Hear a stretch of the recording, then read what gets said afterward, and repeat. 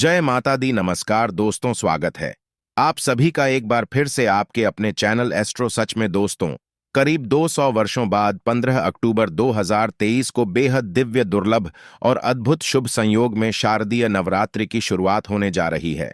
और दोस्तों, इस बार की यह नवरात्रि बेहद ही खास इसलिए होने वाली है क्योंकि इस बार की शारदीय नवरात्रि ठीक सूर्य ग्रहण के बाद पड़ रही है और सूर्य ग्रहण के प्रभाव से लोगों की किस्मत चमकने वाली है। दोस्तों, इस बार की नवरात्रि का यह महापर्व बहुत ही शुभ और मंगलकारी माना जा रहा है क्योंकि इस बार मां दुर्गा हाथी की सवारी पर पृथ्वी लोक में पधारेंगे और भक्तों को पीड़ा से मुक्त करेगी। और दोस्तों, यदि आप नवरात्रि शुरू होने से पहले ये 4 चीजें अपने घर से बाहर फेंक देते हैं तो आपकी सभी दुख तकलीफों का नाश हो जाएगा और आपका घर धन धान्य से भर जाएगा और आपकी कैसी भी मनोकामना होगी वह तुरंत ही पूरी हो जाएगी। और दोस्तों, इन चीजों को घर से बाहर निकालने पर आपके घर की नकार आत्मकथा दूर हो जाती है और मां दुर्गा आपके घर में वास करने आती है। आखिर कौन सी है वह चीजें जो आपको इस नवरात्रि के शुरू होने से पहले घर से बाहर निकाल देनी चाहिए? आज हम आपको विस्तार से बताएंगे, इसलिए वीडियो को आखिर तक जरूर देखें। और दोस्तों, अगर आप भी अपने जीवन में माता रानी की कृपा पाना चाहते हैं तो इस वीडियो को लाइक करके कमेंट में जय माता दी लिखना ना भूलें। साथ ही आपके अपने चैनल शुभ मंगल को सब्सक्राइब भी कर लें। दोस्तों, इस बार नवरात्रि पूरे 9 दिनों तक मनाई जाएगी। नवरात्रि का महापर्व इस बार 15 अक्टूबर दिन रविवार को शुरू होकर इसका समापन 23 अक्टूबर दिन सोमवार को होगा। ऐसे में शारदीय नवरात्रि पर मां दुर्गा की कृपा पाने के लिए कलश स्थापना का शुभ मुहूर्त है। 15 अक्टूबर को सुबह 11:40 से दोपहर 12:30 तक है और इस मुहूर्त में की गई पूजा बहुत ही शुभ मानी जाती है। इससे समस्त देवी देवताओं की कृपा प्राप्त होती है और पूजा पाठ का फल कई लाख गुना प्राप्त होता है। और ऐसे में जो व्यक्ति नवरात्रि आने से पहले घर से यह चीज हटा देता है तो उसके घर में मां वैष्णो का होगा, आगमन माता लक्ष्मी का होगा, वास मां शेरा वाली आपकी झोली खुशियों से भर देगी। इसलिए नवरात्रे आने से पहले घर से यह चीज फौरन हटा दें। दोस्तों, आज हम कुछ ऐसी ही गलतियों के बारे में जानेंगे जो अगर आपके घर में भी होती है तो माता लक्ष्मी ऐसे घर में प्रवेश कभी नहीं करती। फिर चाहे आप कितने भी पूजा पाठ कर लें, माता लक्ष्मी ऐसे घर में कभी नहीं आती। ऐसे घर से देवी देवता भी हमेशा रहते हैं नाराज। दोस्तों, पूरी जानकारी देखने के लिए इस वीडियो को अंत तक जरूर देखें। दोस्तों, सबसे पहले तो नवरात्रों से पहले ही मंदिर की अच्छी तरह से साफ सफाई कर लें।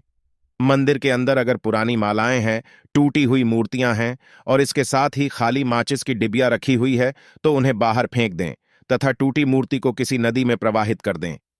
दोस्तों, वास्तुशास्त्र के अनुसार घर में सकारात्मक ऊर्जा बढ़ाने के लिए कई महत्वपूर्ण बातें बताई गई हैं। वास्तुशास्त्र के अनुसार घर की हर एक वस्तु में नकारात्मक और सकारात्मक ऊर्जा का संचार होता है।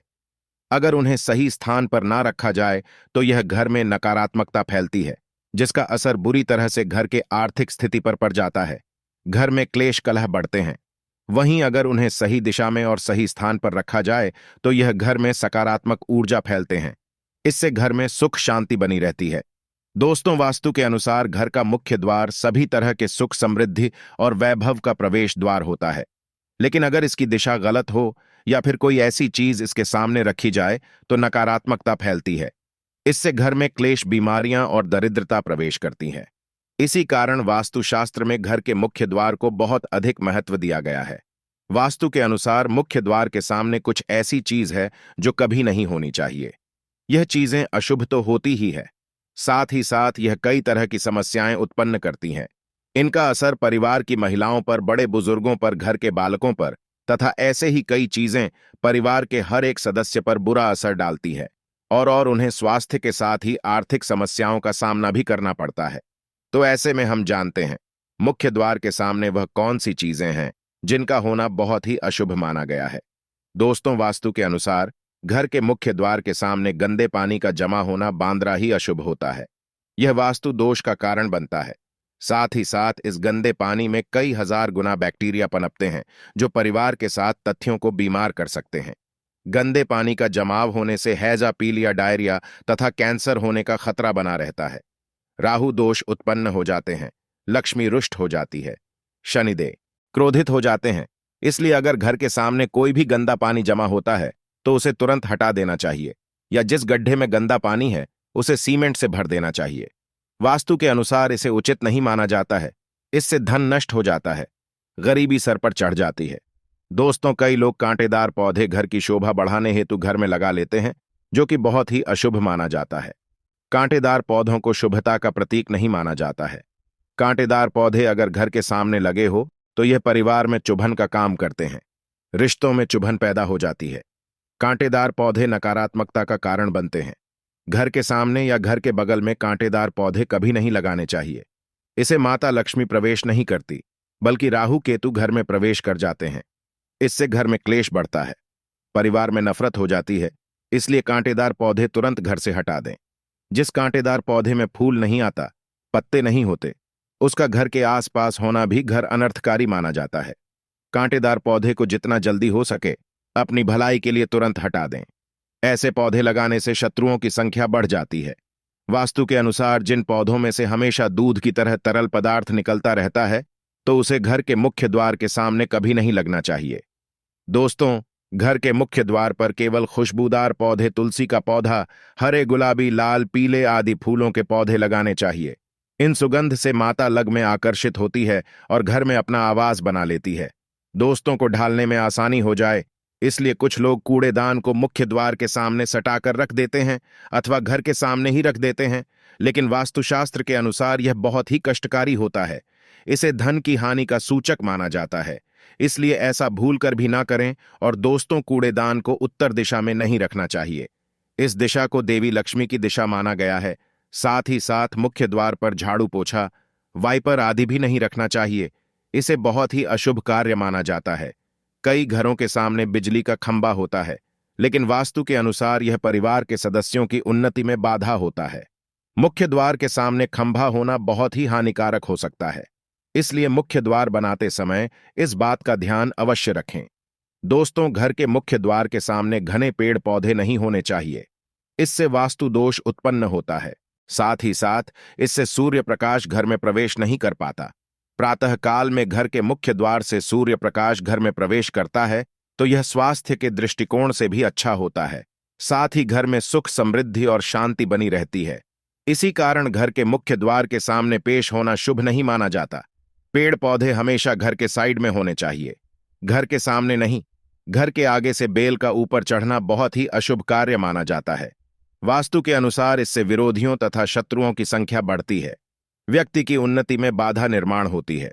दोस्तों, घर की दहलीज के बारे में सलाह दी जाती है कि मैंने ढोर पर एक दहलीज हो, सुनिश्चित करें कि घर जमीन के समान स्तर पर न हो या घर के अंदर सकारात्मक वातावरण को दर्शाता है, जो कि बाहर की नकारात्मक ऊर्जा के खिलाफ है। दहलीज बुरी शक्तियों के खिलाफ रोड का काम करता है और पैसे को बर्बाद होने से बचाता है। वास्तु के अनुसार मुख्य द्वार की से ऊंची सड़क होना बहुत ही कष्टकारी होता है। मुख्य द्वार या फिर कहीं भी घर के सामने गड्ढा या कीचड़ नहीं होना चाहिए। यह शौक कारक होता है। इससे शोक समाचार की प्राप्ति होती है। घर के मुख्य द्वार के सामने मंदिर भी बिल्कुल नहीं होना चाहिए। अगर घर के मुख्य द्वार के सामने मंदिर हो तो परेशानियां और संकट से घिरे रहेंगे। मुख्य द्वार के सामने सीढ़ी नहीं बननी चाहिए। इससे तरक्की में बाधा का निर्माण होता है। बच्चों को पढ़ाई में सफलता नहीं मिल पाती। घर के मुख्य द्वार के ऊपर अन्य द्वारा होना भी नुकसानदायक होता है। इसे धान का नाश होता है। घर के ऊपर पड़ रही छाया से भी छाया भेद होता है। हालांकि यह देखना होता है कि घर के ऊपर किसकी छाया पड़ रही है, किस दिशा से किस प्रकार की छाया होती है, उसी से लाभ या फिर नुकसान का पता चलता है। दोस्तों, घर के मुख्य द्वार पर कभी भी माता लक्ष्मी की तस्वीर आपको बिल्कुल नहीं लगानी चाहिए। दोस्तों, माता लक्ष्मी की तस्वीर को हमेशा अपने घर के पूजा घर के अंदर स्थापित करना चाहिए, या फिर अलमारी के अंदर आपको माता लक्ष्मी और माता लक्ष्मी से जुड़ी सभी चीजें रख देनी चाहिए, क्योंकि माता लक्ष्मी का स्थान हमेशा घर के अंदर ही माना जाता है, न कि उनका स्थान आपके द्वार पर। माता लक्ष्मी को कभी बाहर नहीं करना चाहिए। धन की देवी को हमेशा घर में स्थान दिया जाता है। कई लोग क्या करते हैं कि फैशन के तौर पर घर के द्वार पर ही माता लक्ष्मी की तस्वीर लगा देते हैं, तो ऐसे में माता लक्ष्मी द्वार से ही वापस चली जाती है, घर के अंदर कभी भी प्रवेश नहीं करती। आपको इस बात का जरूर ध्यान रखना चाहिए। प्रवेश द्वार पर चप्पल नहीं रखनी चाहिए। इससे प्रवेश द्वार अपवित्र हो जाता है और नकारात्मक ऊर्जा प्रवेश कर जाती है तथा धन की देवी माता लक्ष्मी नाराज होकर चली जाती है और कभी भी आपके द्वार पर नहीं आती। दोस्तों, केले के पत्ते बंधन बार अपने घर के मुख्य द्वार पर जरूर लगाना चाहिए। इससे माता लक्ष्मी आकर्षित होती है। ऐसे घर पर सदैव अपना आशीर्वाद बरसती रहती है। बंधन के माध्यम से समझ लीजिए कि आपके जीवन के अंदर, घर के अंदर माता लक्ष्मी यश, वैभव, कीर्ति और कुबेर के साथ प्रवेश करती है और आपके घर का मुख्य द्वार आपको मालामाल बना देता है। घर का द्वार घर की संपन्नता के बारे में बताता है, तो भूलकर भी घर के मुख्य द्वार के आसपास आपको किसी भी प्रकार का कचरा बिल्कुल भी नहीं फैलाना चाहिए, ताकि आपको इसका सकारात्मक परिणाम देखने को मिल सके, न कि आपको इसका नकारात्मक परिणाम झेलने पड़े। दोस्तों, सजावट के तौर पर घर के मेन रोड पर ऐसे फूल ना लगाए, ऐसे पौधे जिनके अंदर फूल खिलते हैं लेकिन एक दिन में ही मुरझा जाते हैं, जैसे कि छुई मुई का पौधा। इस तरह के पौधे आपको अपने घर के मुख्य द्वार पर बिल्कुल भी नहीं लगाने चाहिए। ऐसे पौधे जो सुगंध की जगह दुर्गंध देते हैं, उन पौधों को भी मुख्य से दूर रखना चाहिए। अपने घर के मुख्य द्वार पर इन पौधों को लगाने से बचें। दोस्तों, घर के मुख्य द्वार पर छोटी छोटी घंटियां जरूर लगानी चाहिए। घर में विंड चाइम लगाना बहुत ही शुभ और मंगलकारी माना जाता है, क्योंकि इसकी जो खनखनाहट होती है वह घर में मां लक्ष्मी का प्रवेश करवाती है। सकारात्मक चीजों को आप नहीं और आकर्षित करती है और नकारात्मकता इन घंटियों की आवाज सुनकर अपने आप बाहर चली जाती है। तो ऐसी चीज अपने घर के मुख्य द्वार पर जरूर लगाएं और फिर देखिए कि आपको कितना फायदा प्राप्त होता है। मुख्य द्वार के सामने कभी भी शीशा ना लगे। यह इन ऊर्जाओं को प्रतिबिंबित करेगा जो घर में प्रवेश कर सकती है। मुख्य द्वार पर ऐसी कोई पेंटिंग या कलाकृति ना लगाएं जिसमें काले रंग हो। दोस्तों, एक बात का ध्यान रखें, घर के मुख्य द्वार पर कभी भी घर की महिलाएं रात्रि के समय या फिर शाम के समय घर की चौखट पर ना बैठे। जो महिलाएं घर की चौखट पर बैठती है, खास तौर से शाम के समय, सूर्यास्त के समय, तो ऐसे घर में हमेशा दरिद्रता बनी रहती है। कोई शोक समाचार सुनने को मिल सकते हैं। प्राचीन काल से ही यह मान्यता चल आ रही है। वैसे तो चौखट पर बिल्कुल भी नहीं बैठना चाहिए। ऐसा करना आपके घर में बर्बादी का कारण बन सकता है। मान्यता है कि जो भी व्यक्ति घर की चौखट पर बैठता है, उसे आने वाले समय में किसी गंभीर बीमारी का सामना करना पड़ सकता है और ऐसे घर में देवी देवता का निवास नहीं करते। दोस्तों, कई बार लोग क्या करते हैं, बाहर से सीधे आते हैं और आते ही गंदे जूते चप्पल जो भी होते हैं उन्हें मुख्य द्वार पर ही बिखेर देते हैं या फिर घर के अंदर फेंक देते हैं। इसके अलावा इस बात का भी जरूर ध्यान रखें कि आपको अपने मुख्य द्वार पर कभी भी जंग लगा हुआ या फिर पुराना टूटा हुआ ताला इस्तेमाल नहीं करना चाहिए। अगर ताला खराब हो गया है तो नया ताला ले लें, क्योंकि जंग लगा हुआ ताला इस्तेमाल करने से व्यक्ति की किस्मत पर भी ताले पड़ सकते हैं, जो कि ऐसी मान्यता है। दोस्तों, अब हम आपको बताएंगे नवरात्रि के दौरान किन चीजों को घर लाने से व्यक्ति को मां दुर्गा का आशीर्वाद मिल सकता है। नवरात्र की अवधि माता दुर्गा के विभिन्न रूपों को समर्पित होती है। ऐसे में इस दौरान आप माता दुर्गा की मूर्ति अपने घर ला सकते हैं। ऐसा करने से मां भगवती की कृपा आप और आपके परिवार पर बनी रहेगी। साथ ही माता दुर्गा की कृपा से व्यक्ति को धन धान्य में भी खूब तरक्की मिलती है। साथ ही आप मां दुर्गा के पदचिह्न भी अपने घर लाएं और उन्हें पूजा स्थल के पास लगाएं। ऐसा करने से व्यक्ति के आर्थिक लाभ के योग्य बनते हैं। दोस्तों, हिंदू धर्म में कलश को शुभता का प्रतीक माना जाता है। वहीं नवरात्रि के पहले दिन कलश था अपना का विधान है। ऐसे में शारदीय नवरात्रि पर अपने घर कलश जरूर लाना चाहिए। मिट्टी के अलावा पीतल, चांदी या सोने का कलश लाना भी शुभ माना गया है। दोस्तों, मां दुर्गा के मंत्रों का जाप करने के लिए लाल चंदन की माला सबसे उत्तम मानी गई है।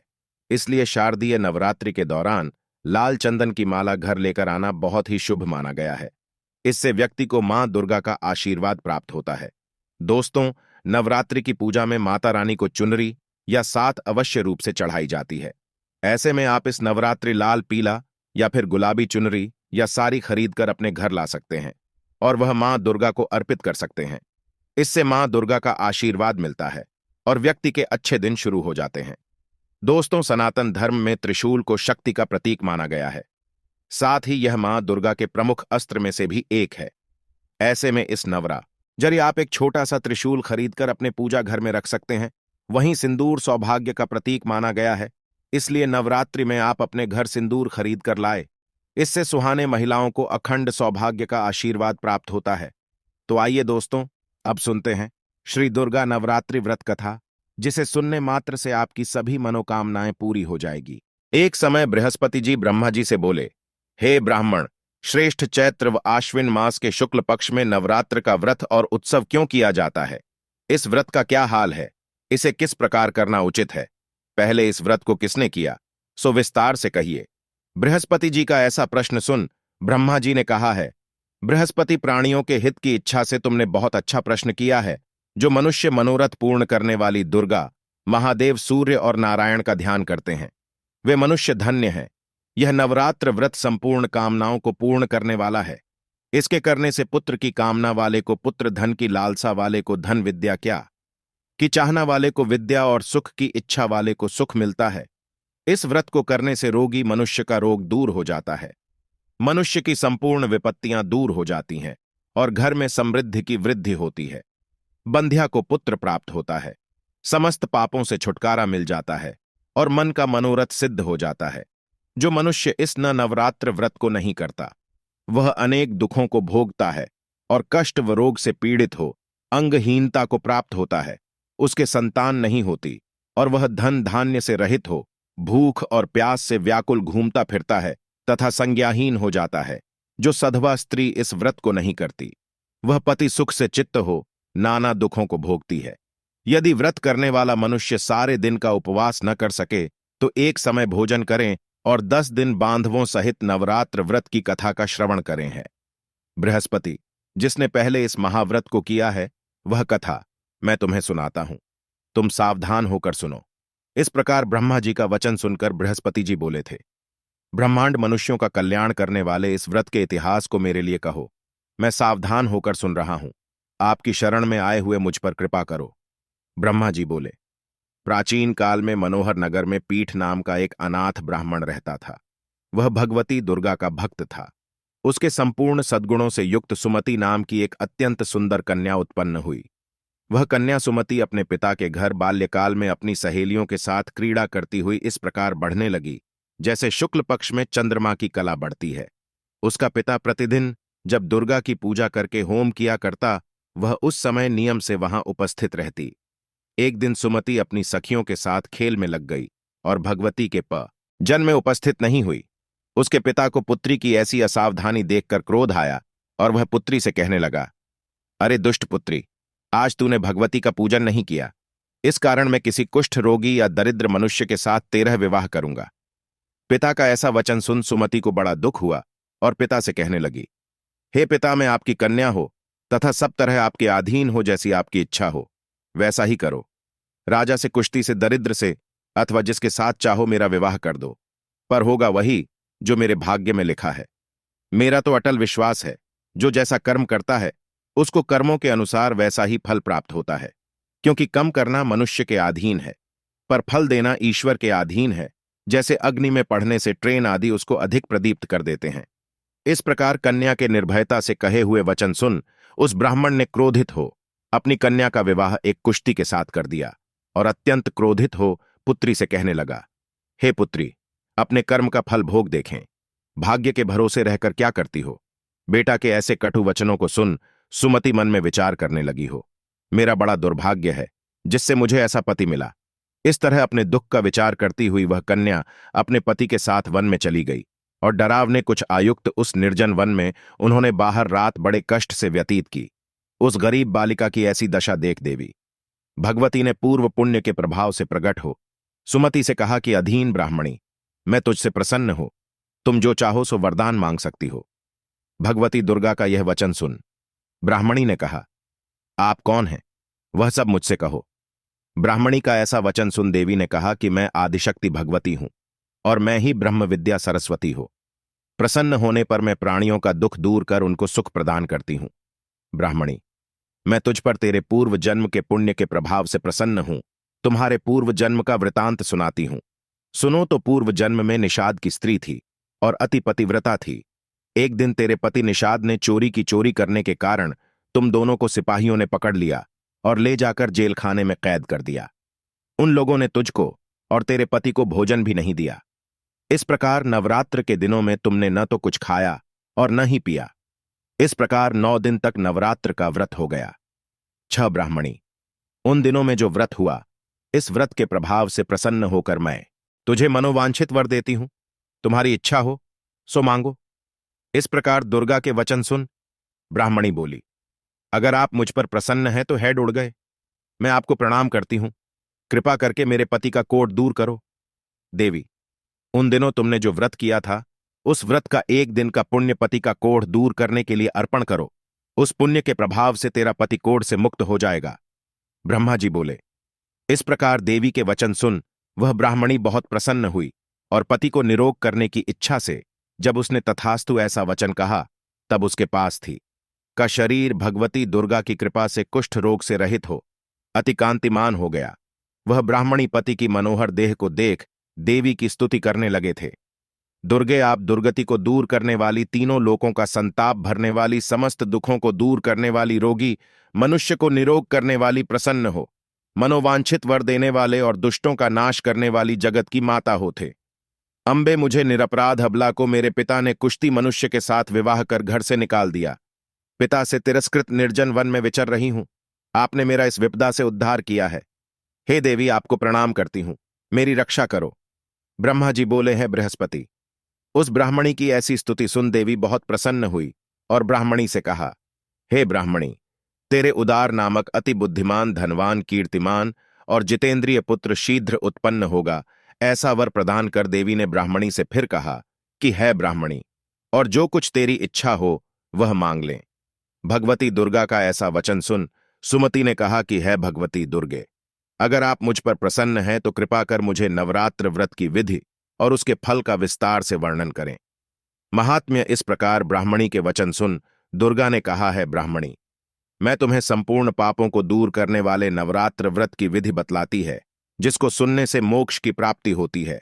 आश्विन मास के शुक्ल पक्ष की प्रतिपदा से लेकर 9 दिन तक विधिपूर्वक व्रत करें। यदि दिन भर का व्रत न कर सकें तो एक समय भोजन करें। विद्वान ब्राह्मणों से पूछकर घट स्थापना करें और वाटिका बनाकर उसको प्रतिदिन जल से सींचे महाकाली, महालक्ष्मी और महासरस्वती देवी की मूर्तियां स्थापित कर उनकी नित्य विधि सहित पूजा करें और पुष्पों से विधिपूर्वक अर्घ्य दें। बजौरा के फल से अर्घ्य देने से रूप की प्राप्ति होती है। यफल से अर्घ्य देने से कीर्ति, डाक से अर्घ्य देने से कार्य की सिद्धि होती है। आंवले से आगे देने से सुख की प्राप्ति और केले से अर्घ्य देने से आभूषणों की प्राप्ति होती है। इस प्रकार पुष्पों व फलों से अर्घ्य देकर व्रत समाप्त होने पर 9वें दिन यथाविधि हवन करें। खांड भी गेहूं, शहद, जौ, तिल, बिल व नारियल, डाक और कदम्ब आदि से हवन करें। गेहूं से होम करने से लक्ष्मी की प्राप्ति होती है। खीर एवं चंपा के पुष्पों से धन की और बेल पत्तों से तेज व सुख की प्राप्ति होती है। आंवले से कीर्ति की और केले से पुत्र की, कमल से राज सम्मान की और डाकुओं से संपदा की प्राप्ति होती है। खान की नारियल, शहद, जो और तेल तथा फलों से होम करने से मनोवांछित वस्तु की प्राप्ति होती है।